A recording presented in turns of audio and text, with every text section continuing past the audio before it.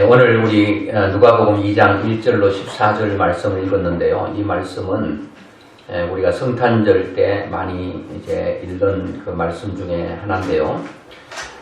지금 기간이 이제 사순절 기간이라 그렇게 말합니다. 사순절이라고 하는 것은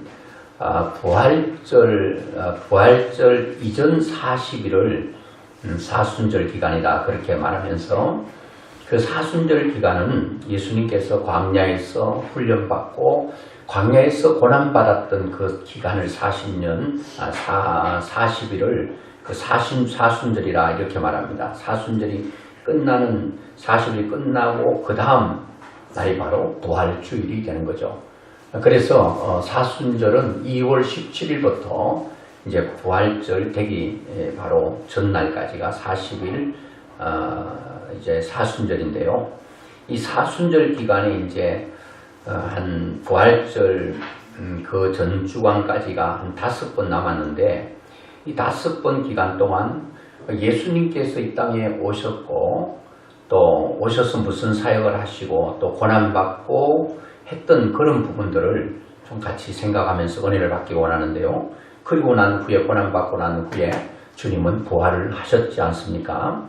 그렇게 부활절을 우리가 맞이할 수 있도록 그렇게 하도록 하겠습니다. 오늘 그 말씀 보면 예수님께서 이 땅에 오신 그 내용을 담고 있습니다. 그래서 저는 말씀의 제목을 예수님과 구유라고 하는 그런 말씀의 제목을 한번 잡아봤습니다. 여러분 구유하면 생각나는 것이 있죠. 시골에 사셨던 분들은 구유는 그 소의 밥통입니다. 여물통. 그게 구유입니다. 그리고 말에게도 뭐 구유라고 말을 하기도 하는데요. 그 구유는 뭐 그렇게 이렇게 자랑할 만한 그런 것은 아니죠. 뭐 쉽게 말하면 소밥통, 그 말밥통이다. 밥그릇이다. 그게 뭐 깨끗하고 아주 존귀하고 뭔가 대접받을 그런 것들은 아니죠. 그런데 예수님께서 크기 마구간 그 구유에 탄생했다는 거예요. 이것이 우리에게 주는 의미가 굉장히 저는 말씀을 묵상하니까 크더라고요. 오늘 1절에 보면 누가복음 2장 1절에 보면은 이렇게 말합니다. 이때에 가이사 아구수도가 영을 내려 천하로 다 호적하라 하였으니 자, 베들레헴으로 올라가는 요셉과 마리아에 대한 내용이 1절부터 5절까지 있는데요. 그 1절에 보니까 이 로마 황제 가이사 아구수도가 명령을 내리는데 천하로 다 호적을 하라 그렇게 말합니다. 호적은 인구조사죠. 그러니까 지금 태어난 아이들부터 시작해서 쭉 인구조사를 하고 있습니다.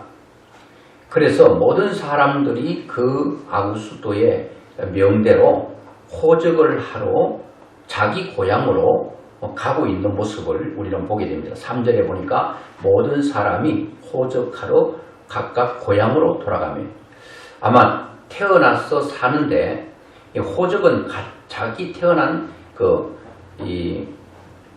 자기 고향에서 이렇게 호적을 하게 되는 그런 상태죠. 그래서 다른 지역에 살다가 호적을 하라고 명을 내리니까 호적을 하러 올라가고 있는 내용을 보게 됩니다. 그리고 4절로 5절에 보니까 마리아와 정혼한 그 요셉도 이제 호적을 하러 올라갑니다. 요셉도 4절에 다윗의 집 족속 인고로 갈릴리 나사렛 동네에서 이제 지금은 이 갈릴리 나사렛이라고 하는 동네에서 머물고 있는데 이제는 유대를 향하여 베들레헴이라 하는 다윗의 동네로 그 정혼한 마리아와 함께 호적하러 올라가니 마리아가 이미 잉태되었더라 이렇게 얘기하고 있습니다. 이 말씀은 그 구약 미가서에서 이렇게 예언을 하고 있습니다. 예언에 대한 성취가 오늘 본문에 나오고 있죠. 성경은 짝이 없는 곳이 없습니다. 구약에 예언된 것이 신약에 그대로 성취가 되어가는 것을 보게 됩니다.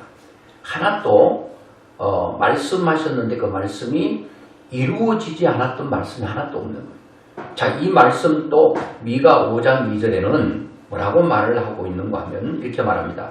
베들레헴 에브라다야, 너는 유다 족속 중에 작을지라도 이스라엘을 다스릴 자가 내게로 나올 것이라. 그의 근본은 상고의 태초에니라. 이렇게 예언된, 그 미가가 예언한 대로 바로 예수 그리스도는 이 땅에 태어나게 됩니다. 그래서 그 예수님께서 베들레헴에 올라간 그때에 해산할 날이 다가온 겁니다. 그래서 애가 배가 불러서 이제 해산을 해야 되는데, 5절에 보니까 그 정원한 마리아와 함께 호적하러 올라가니 마리아가 이미 잉태되었더라. 잉태가 됐는데 거기 있을 그때에 해산할 날이 찼어. 이제 애가 날달이 되고 애가 곧 나오려고 합니다. 이제 완전히 해산할 날이 차가지고 태어나려고 하는데, 그런데 애가 급하게 태어나려고 하니까 어떤 애를 받을 수 있는 자리와 공간을 확보해야 되는데 확보를 하지를 못하고 있습니다. 여기저기 수소문해서 찾았는데 7절에 보면 뭐라고 말합니까? 맏아들을 나 강보로 샀어. 어디에 뉘었다고요? 구유에 뉘었습니다. 왜요? 예수님을 받을 수 있는 뭐가 없는 거예요? 방이 없는 거예요.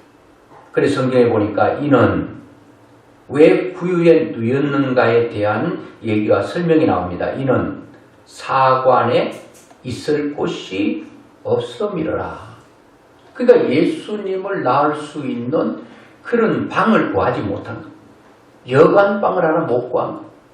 그러니까 얘는 나오지. 어때요? 그래가지고 급하게 얘를 낳았는데, 낳을 곳을 찾았는데 마구간 구유를 찾은 거예요.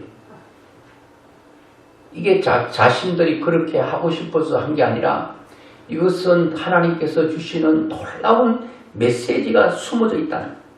예수님은 왜 만왕의 왕이요 만주의 주로서 엄청난 하늘의 권세와 능력을 가진 하나님께서 이 땅에 육신의 몸을 입고 오면서 왕궁에 태어날 법도 하고 태어날 수도 있음에도 불구하고 주님은 마구간의 말구유 통해서 태어나야만 하는가 하는 것입니다. 여기는 놀라운 의미가 있죠. 예수님께서 하나님이신 그분이 이 땅에 오신 이유는 모든 사람에게 천국을 주기 위해서 이 땅에 오셨거든요. 천국을 선물로 주기 위해서 오셨는데, 만약에 예수님께서 왕궁에 태어났다면 참 낮고 천한 사람, 보잘것없는 사람, 존재감이 없는 사람, 그 사람들이 어떻게 왕궁에 들어갈 수 있으며 그 왕궁에 들어가서 예수님을 만나고, 예수님은 천국을 가지고 이 땅에 오셨는데 그 가지고 온 천국을 어떻게 무명의 사람이 천국을 선물로 받을 수 있었겠습니까? 그런데 예수님께서 마구간 너풀거리는 천막이 대충 가려진 그 구유통에 태어났기 때문에 마음만 먹으면 낮고 높고를 차별 없이 구별 없이 모두가 다 예수님을 만날 수 있다라고 하는 것입니다. 만약에 예수님께서 왕궁에 궁궐 멋지고 어리어리한 곳에 태어났다면 일부 사람들은 예수님 만날 수 있었겠죠. 왕궁을 드나들 수 있는 사람은 예수님을 만나고 예수님께서 주시는 그 천국을 선물로 받을 수 있었겠습니다만은 또 반대로 생각하면 예수님께서 천하고 낮은 자리에 태어났기 때문에 뭔가 위치가 있고 지위가 있고 세도의 자리에 있는 사람은 자존심이 상해서 말구유에 태어난 예수님이 왕이라 하더라도, 그분이 하나님이라 하더라도 나는 자존심이 구겨져서 만나러 갈 거야. 오히려 높고 높은 세도의 자리에 있는 사람은 하나님이신 그분, 천국을 선물 가져온 그 예수님을 만나지 못한 불운을 겪게 된다는 사실도 우리는 또 기억할 수 있다는 거예요. 그래서 오늘 예수님께서 마국강 구유에 태어났다는 것은 가장 낮은 자리를 말합니다. 가장 낮은 영성을 말하고 있습니다. 오늘 그리스도인들은 바로 이런 말구유의 영성이 우리에게 있지 않으면 나를 통해 구원받을 수 있는 사람들이 있을 수가 없습니다. 태어날 수가 없습니다.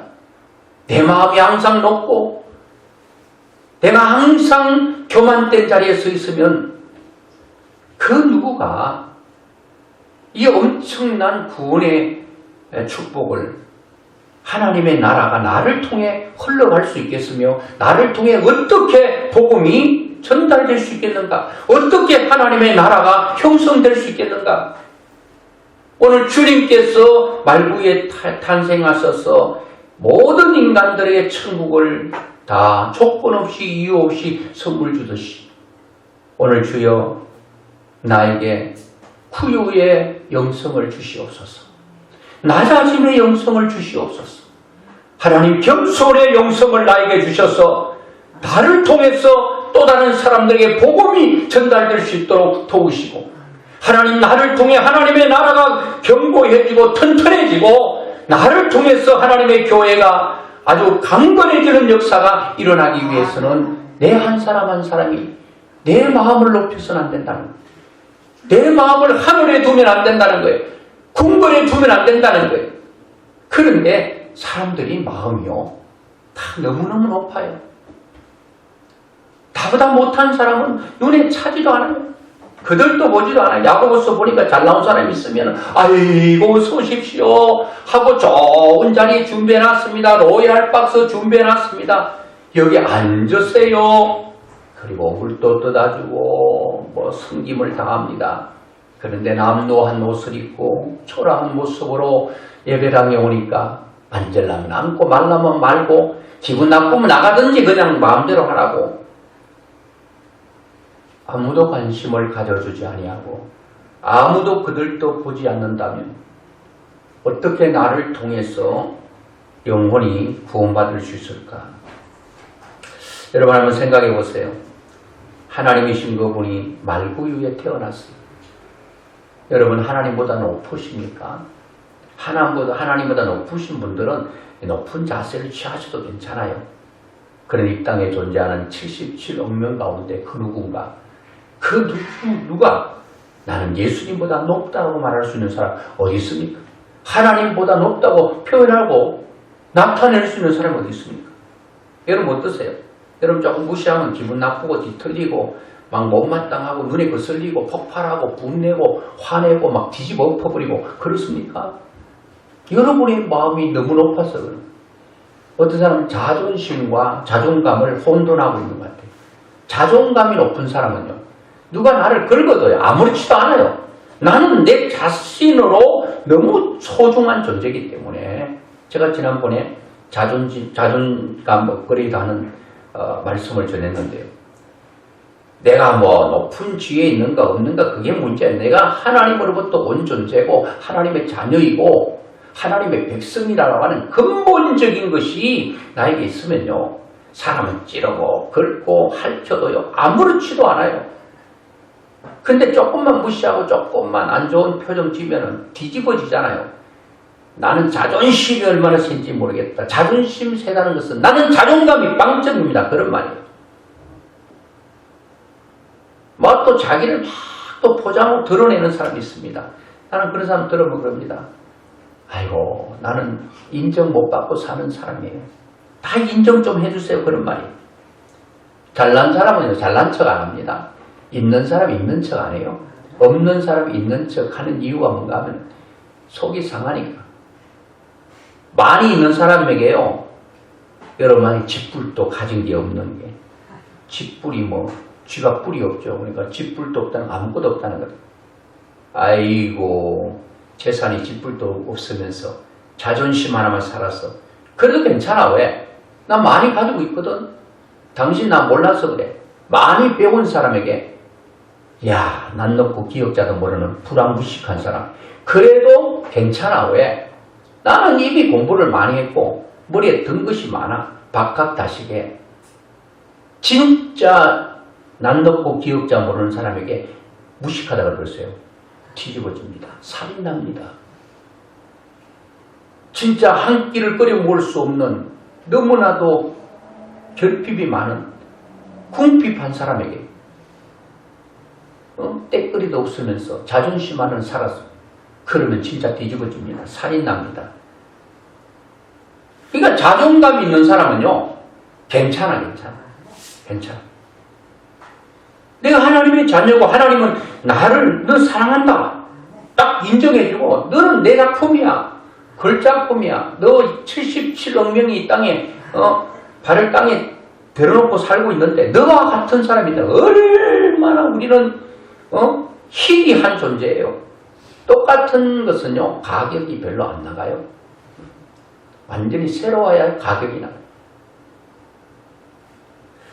이런 우리는 낮아짐의 영성이 우리 사순절을 통해서 계속 곱씹고 또 되새기고 또 새기고 내 가슴 깊이 뼈저리게 우리 속에 심어야 될 메시지입니다. 주님 말고이 태어나고 싶어 태어난 게 아니고 우리에게 주는 그 메시지가 있다. 너의 마음이 말구 위에 있어도 괜찮냐? 너의 자존심이 짓밟히고 너의 모든 삶이 사람들이 알아주지 않아도 상처받지 않고 괜찮니? 예수님은 하나님이기 때문에 누가 뭐래도 괜찮아요. 제가 이제 인터넷을 찾아보니까 인터넷에 있는 것을 그대로 제가 인용을 했는데요. 거기 보니까 기역자 모양의 그 한옥 예배당인 전북 김제 금산 교회가 있어요. 이 금산교회는 기역자로 되어 있어요. 기역자. 왜 기역자인 거 봤더니 과거에는 기역자로 해가지고 남자 이쪽, 여자 이쪽, 중간에 이제 전도사님이나 영수가 됐던 목사님이 이제 설교하고 완전히 이렇게 안 보이는 거예요. 이렇게. 저도 어릴 때 오래된 건 아닌데 갔더니 딱 그 홍해처럼 갈라져 있어. 이쪽은 남자, 이쪽은 여자. 남자 쪽에 여자가 못 들어오고 여자 쪽에 남자가 못 들어가요. 그렇게 했어요. 그런데 크게 내용을 봤더니요. 이곳은 원래 그 김제 갑부로 이제 칭해지는 조덕삼이라고 하는 분이 있습니다. 그분은 땅덩어리가 너무 많아요. 그의 조덕삼의 그 조부 할아버지는 평양에서 중국과의 무역으로 부를 엄청 쌓았대요. 그래 아버지는 김제에서 금광업을 해서 또 큰 부자가 됐대요. 그러니까 할아버지 부자, 아버지 부자, 근데 자기는 또 덩달아 부자가 돼요. 이 조덕삼이라고 하는 사람은 엄청난 부자인데 그래서 지금 김제와 전주, 정읍을 잇는 교통의 중심지여서 마방도 크게 운영했다고 해요. 마방이 뭐죠? 말을 잠깐 이렇게 맡기는 그 주차장 같은 거죠. 차를 맡기는 주차장이잖아요. 마방도 같이 했다고 해요. 그런데 어느 날 아주 초라한 행색의 17세 소년이 이 집 대문을 두드렸다고 해요.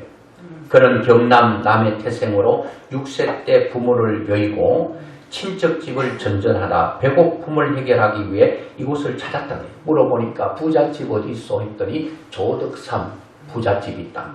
그러니까 이 17세의 소년이 너무 배가 고프니까 굶주린 배를 움켜쥐고 그 집의 문을 두드리는 거예요. 쭉 덕삼 씨가 이렇게 들어보니까 참 딱한 사연을 듣고 난 후에 이 조덕삼이라는 사람은 그를 무섬으로 드리고 마부 일을 맡겼습니다. 오갈 데 없는 고아무섬이죠. 그런데 이 고아무섬은 아주 눈썰미가 있어서 일들을 잘 해냈다고 해요. 이 사람 이름이 이자익이라고 하는 사람입니다. 그는 주인집 아들이 훈장에게 한문을 배우는 소리를 깨름으로 듣고 천자문을 깨칠 정도로 이자익이라고 하는 이 고아무섬은 굉장한 두뇌를 가지고 있고 열정도 있었던 것 같아요. 천자문을 줄줄 외울 정도로 굉장히 이제 뛰어난 어떤 열정과 열심이 있었어요. 그러니까 주인 되는 조덕삼 씨가 볼 때에 이 자익이라는 멋섭이지만 고하지만 눈여겨보는 거예요. 그때입니다. 그때 그 무렵에 루이스 테이트라고 하는 선교사가 이 집 마방의 말을 맡기고 묵게 되는 날이 있습니다. 그래서 조덕삼은 가나안 조선 땅에 자청에서 선교사로 들어온 그 테이트의 헌신적인 신앙에 감명을 받아 사랑채를 예배당으로 제공하게 됩니다. 그러니까 조덕삼 씨의 사랑방이 예배당이 되고 당연히 조덕삼 씨도 예수를 믿게 됐겠죠. 자기 예수 믿고 자기 아내 예수 믿고 그 또 누가 예수 믿어야 되겠어요? 안 믿으면 안 되는 사람 하나 있죠. 머슴인 이 자익도 예수를 믿게 됐어요. 그리고 같은 동네 사람들과 예배에 동참을 하게 되는데 얼마 뒤에 이 자익과 동시에 세례를 받게 됩니다. 세례받고 집사가 됩니다. 그리고 교회가 부흥되어서 이제 이 두 사람은 자연스럽게 장로로 추대가 되고 이제 투표를 하게 됩니다. 투표를 하게 되는데 사람들은 당연히 누가 될 거라고 생각합니까? 조덕삼이죠. 왜? 돈도 있고 또 자기 사랑채가 교회되게 하고 뭐 교회를 헌신한 게 너무 많으니까. 그런데 이 자익은 조덕삼 씨의 집에서 고아모성으로 자랐거든요. 빽도 없고 힘도 없고 아무것도 없는.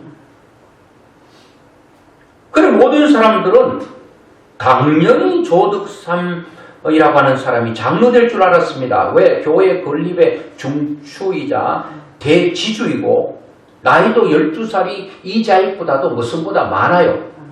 띠동갑이에요. 띠동갑. 이 자익은 먼 경상도 출신의 미천한 마부였습니다. 그런데요. 투표를 하고 뚜껑을 딱 열어보니까 누가 될게요?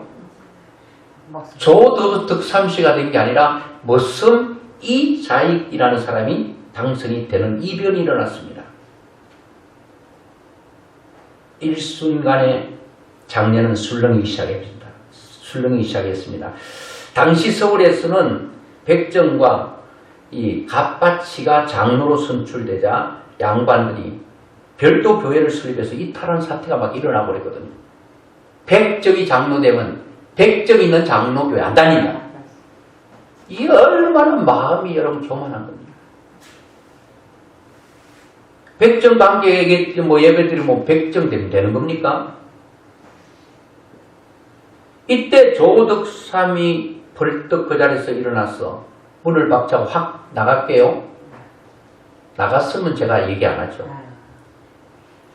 조덕삼 그 집사님이 일어나서 우리 금산교회 교인들은 참으로 훌륭한 일을 해냈습니다.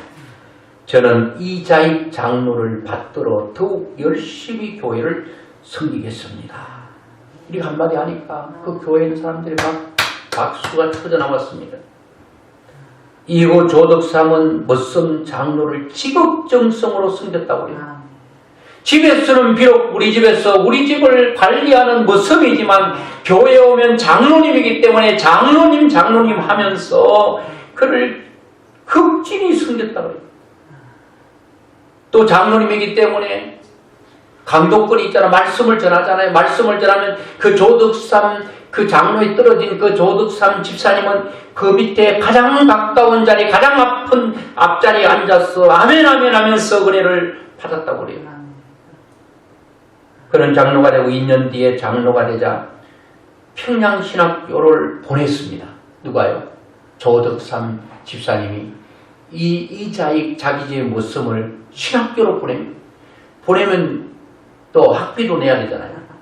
다 학비만 주는 게 아니라 생활비 일체를 지원해서 이자익이 졸업하고 목사 안수를 받을 때까지 그는 후원하고 도와주고 섬기고 그리고 그가 목사가 될 때까지 기다렸다가 목사 안수 받자마자 그 이자익이라고 하는 머슴을 자기 교회 금산교회로 모시고 와서 청빙해서 목사님으로 섬기면서 깍듯이 그를 섬겼던 했던 것을 보게 됩니다. 저는 이런 그 말씀을 보면서요, 이 성김이 뭔가, 겸손이 뭔가, 이런 것들을 제가 느끼게 됐습니다. 그리고 그 위에도 뭐 여러 가지 내용들이 있는데, 그들의 믿음의 절개가 있는데, 이들의 아름다운 인연은 대를 이어 계속 전해지는데요. 이자익 그 목사님의 아들인 이성환 장로, 그리고 손자인 이규환 장로, 다 그 이자익 목사님의 아들들은 장로가 됐어요. 아들도 장로, 손자인 이규환 장로는 전 엠벤 과학기술대 교수가 되고, 또 이규석 목사가 되고, 그리고 조덕삼 장로님의 아들, 그도 이제 후에 장로가 됐죠. 그런데요, 이렇게 섬기니까 하나님께서 복을 안 줄래야 안 줄 수 없어요. 여러분이 하나님이라도 복 주고 싶죠. 조덕삼 장로님의 아들 조영호라고 하는 장로가 이 아버지를 이제 이어서 장로가 됐는데, 조영호 장로. 그리고 손자가 누군가 하면 여러분 잘 아는 대로 조세형 장로님입니다. 국회의원으로 사선을 했죠.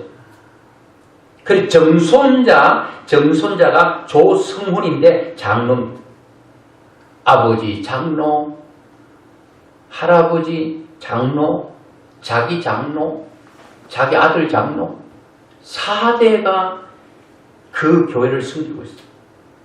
이게 이제 문화재로 이렇게 지정이 됐잖아요. 그게 기역자 교회입니다. 여러분, 교회는, 하나님의 나라는 이런 눈물겨운 헌신자들을 통해 교회는 버텨가고 있다는 겁니다. 내 마음에, 내 기분, 내 감정에 맞지 않으면 뒤집어 엎어버리고, 내가 뭔가 다른 사람 좀 낫다고 생각하면, 무시하면 그 울분을 참지 못하고 하는 경우들도 있다는 거예요. 여러분, 우리에게는 구유의 영성을 주시옵소서. 계속 기도하셔야 됩니다. 내 마음이 나도 모르게 선뿌리가 올라올 때 그거를 주여 하고 잘라야 됩니다. 뿌리채 뽑아버려야 됩니다. 이걸 얼마나 생명력이 있는지, 다 뽑혀진 것 같은데 또 자라고, 다 잘려진 것 같은데 또 어느 날 보면 또 사기 나고, 어떻게 해볼 수가 없어요. 우리의 죄성 때문에 그런 거거든요. 여러분이 나빠서 그런 게 아니에요.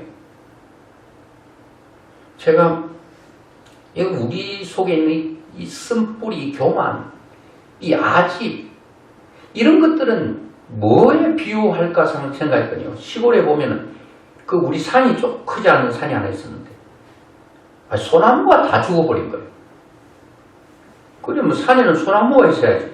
가봤더니 그냥 아카시아 나무가 전체 그 산을 다 뒤덮고 있어요. 그래서 내가 어린 나이에 그 아카시아 나무 뿌리를 다 제거하려고요.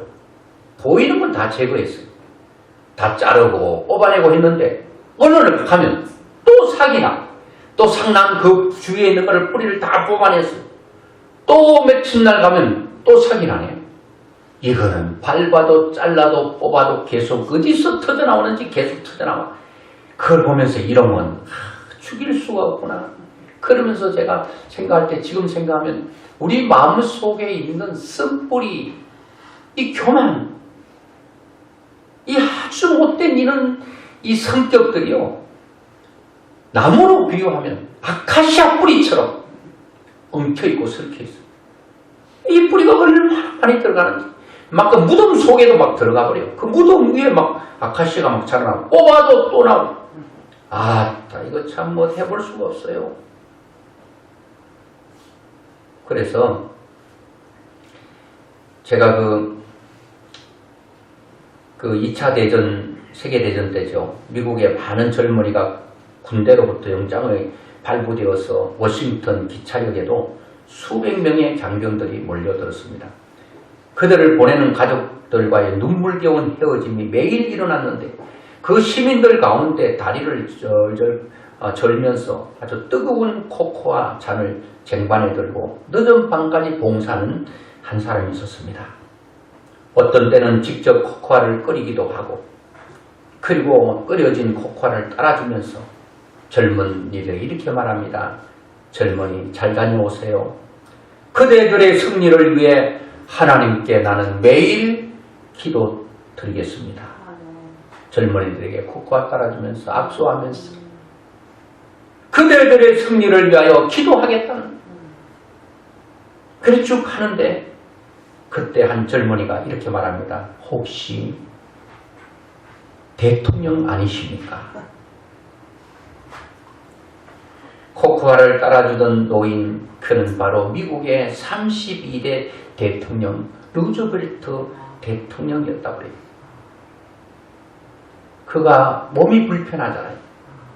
육체의 불편을 무릅쓰고 밤마다 기차역으로 나와 훈련소로 떠나는 청년들에게 따뜻한 코코아를 따라오면서 봉사했습니다. 여러분과 저의 승김의 때는 언제일 것입니까? 언제 승기려고 합니까? 승김의 때는 특별히 그 때가 없습니다. 기다려주지 않습니다. 오히려 매 순간 낮아짐의 결단만이 섬김의 삶을 살 수 있을 거예요. 누가 누구를 섬길 수 있어요? 나보다 저 사람이 적어도 낫다고 생각할 때 우리는 진심으로 섬길 수 있다는 거예요. 예수님은 그랬잖아요. 저 사람이 나보다 낫다고 생각하는, 나은 자를 섬길 수 있어요. 주인은 나보다도 부족하고 가진 게 없고 조금 이렇게 배운 것이 나보다 떨어져도 내가 저 사람은 나보다 더 나아 라고 생각하면 그 사람에게 우리는 섬길 수가 있다는 겁니다. 어느 위치에 있기 때문에 혹은 반대로 아직 충분하게 여유 있지 않기 때문에 나는 섬길 수 있는 게 아닙니다. 섬길 때가 아닙니다. 여러분, 그거는 핑계입니다. 오늘 작은 섬김이 없다면 죽는 날까지 우리는 아무것도 섬길 수가 없을 것입니다. 예수님께서 마가복음 10장 45절 같이 한번 보겠습니다. 시작. 인자에 온 것은 섬김을 받으려 함이 아니라 도리어 섬기려 하고 자기 목숨을 많은 사람의 대속물로 주려 함이라. 예수님이 오신 것은 하나님이기 때문에 섬겨야 되잖아. 우리가요. 섬김을 받으러 오셔야 되잖아요. 그런데 하나님이신 그분이 말구에 오신 것은 내가 섬기려고 온 게 아니다 라고 하는 것을 시각적으로 보여주는 시각적인 교육입니다. 사람이 자기가 그를 인정해 주잖아요. 요즘 뭐 또 옷이 또 귀걸이 걸친 귀걸이가 또 목걸이가 그의 부를 상징한다고 그러잖아요. 어떤 반지를 꼈는지 와 막 놀라 자빠지고 옷 하나 뭐 몇백만 원짜리 와 나는 어느 천년에 저거 한번 걸쳐보고 죽게 될까? 아이고 내 생에는 저거 하나 못 걸쳐보고 죽겠지. 그거 한번 못 걸쳐보고 죽은 자가 한두 명이 아닐 거라. 걸친 사람은 또 목에 힘을 주고 여러분 뭐를 걸친 게 뭐가 중요합니까? 뭐를 그런 것이 뭐가 중요하겠습니까? 가장 위대한 사람은 사람을 나보다 높게 보는 사람이 최고 높은 사람입니다. 모든 사람을 나보다 낫다. 그가 최고 높은 사람입니다. 여러분 높지 않으면 내 마음이 겸손하지 않으면 하나님의 은혜를 우리가 흘러내리게 할 수가 없는 것입니다. 하나님의 은혜는 계속 낮은 사람들을 통해서 흘러오게 되거든요. 자, 예수님께서 우리 12절 상반절을 한번 보겠는데요. 자, 같이 보겠습니다. 너희가 가서 강보에 사여 후유에 누인 아기를 보리니 이것이 너에게 표적이니라 하더니 라고 말합니다. 예수님께서 강보에 사여 후유에 누인 아기가 표적이라는 거예요. 무슨 표적이 되는가? 무슨 사인이 되는가? 마태복음 1장 23절 시작. 보라 처녀가 잉태하여 아들을 낳을 것이요 그 이름을 임마누엘이라 하리라 하셨으니 이를 번역한즉 하나님이 우리와 함께 계시라 함이라. 자, 예수님께서 표적 사인을 주시면서 강보의 사역 후유에 태어나면서 나는 임마누엘로 왔다. 임마누엘은 하나님이 나와 함께 하심이라는. 예수님께서 마국간 후유에 태어났기 때문에 임마누엘이 되는 거예요. 모든 사람과 원하게만 하면 임마누엘이 돼요. 함께 할 수 있어요. 그런데 예수님께서 어디에 태어나면, 왕궁에 태어나면 그는 임마누엘이 될 수가 없는 거죠. 자, 여러분 마지막으로 보면 11절, 12절 보겠습니다. 자, 11절, 누가복음 2장 11절, 12절. 오늘날 다윗의 동네에 너희를 위하여 구주가 나섰으니 곧 그리스도 주시니라. 너희가 가서 강보의 사역 후유에 누인 아기를 보리니 이것이 너에게 표적이니라 하더니. 아멘. 자, 예수님께서 이 땅에 구주로 오셨다. 사람을 구원할 수 있는 주인으로 오셨는데 그가 바로 그리스도라고 말합니다. 이 그리스도라고 하는 말은 제가 설명을 많이 드렸는데요. 이 그리스도는 기름 부음을 받은 자라고 하는 뜻이거든요. 예수님은 이름이고 그리스도는 직분을 말합니다. 우리나라도 지금 대통령이 있잖아요. 문재인은 이름이죠. 대통령은 직위를 말하잖아요. 자, 예수님은 이름이에요. 그리스도는 직위를 말하는데 이 직위는 새 직위를 말하는데 그리스도라고 하는 것은 기름 부음 받은 자라는 뜻인데 구약의 기름을 부어서 직분을 임명하는 그 사람들 가운데서 제사장에게 기름을 붓습니다. 그리고 제사 드리는 일을 감당하게 합니다. 그리고 왕에게 기름 부어서 나라를 통치하고 다스릴 수 있도록 왕의 통치권을 줍니다. 그리고 선지자에게 기름을 부어서 그 하나님의 말씀을 대신 전하도록 하는 것입니다. 그게 바로 선지자입니다. 저는 여기서 예수님께서 이 땅에 오신 것은 우리 인생에 당하고 있는 풀지 못하고 해결하지 못하는 문제를 그리스도라고 하는 이름 속에 다 풀고 해결하고 뚫어버리는 역사가 있는데 이 그리스도가 얼마나 중요한가? 선지자로 왔다는 거예요. 요한복음 14장 6절에 보니까 예수께서 가라사대 내가 곧 길이요 진리요 생명이니 나로 말미암지 않고는 아버지께로 올 자가 없다. 바로 예수님은 선지자들은 예수님께로 인도하는 하나님께로 인도하는 길 역할을 안내 가이드 역할을 하는데 예수님은 가이드가 아니고 자신이 길이라는 겁니다. 자기를 믿으면 에스카레이터를 타면 발만 올려놓으면 쭉 그냥 올라가고 엘리베이터에 속에 들어가 있으면 원하는 대로 버튼만 올라가는 것처럼 내가 그 길을 향하여 찾고 애쓰는 게 아니라 그게 발만 올려놓으면 그냥 내가 원하는 목적지까지 가게 하는 거죠. 내가 예수 그리스도를 내 마음속에 예수 그리스도 안에 있고 예수님이 내 안에 있으면 이미 나는 천국에 대한 것을 가지고 있기 때문에 길을 헤쳐서 천국 가는 게 아니라 그 자체가 천국인 것입니다. 예수는 바로 나에게 천국을 주려 오셨다는 것. 그 다음에 왕은 뭡니까? 요한 1서 3장 8절에 죄를 짓는 자마다 마귀에게 속하나니 마귀는 처음부터 범죄함이니라. 하나님의 아들이 나타나신 것은 마귀의 일을 멸하려 하십니다. 사단이요. 예수 못 믿게 하려고요.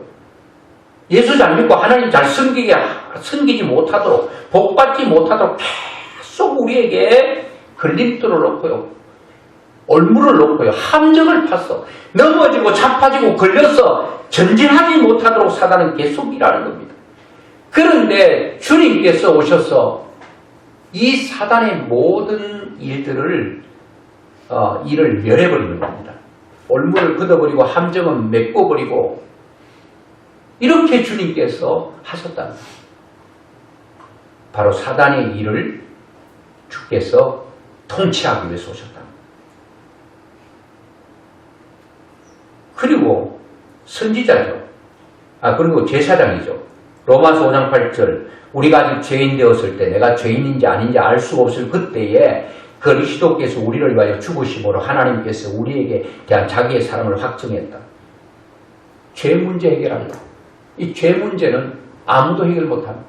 예수를 믿으면 우리의 원죄가 사함받고 예수님께서 우리를 위해 죽으심으로 죽어야 될 우리가 죽지 않고 예수님 대신 우리의 죄가를 치러주심으로 우리는 하나님 앞에 의롭다함을 받은 의인이 된 것입니다. 그걸 칭의라고 말합니다. 내가 주님 믿었다고 해서 죄인 아닌 게 아니에요. 죄인이 아니라고 주님께서 의인으로 딱 칭해버리는 것입니다. 명해버리는 것입니다.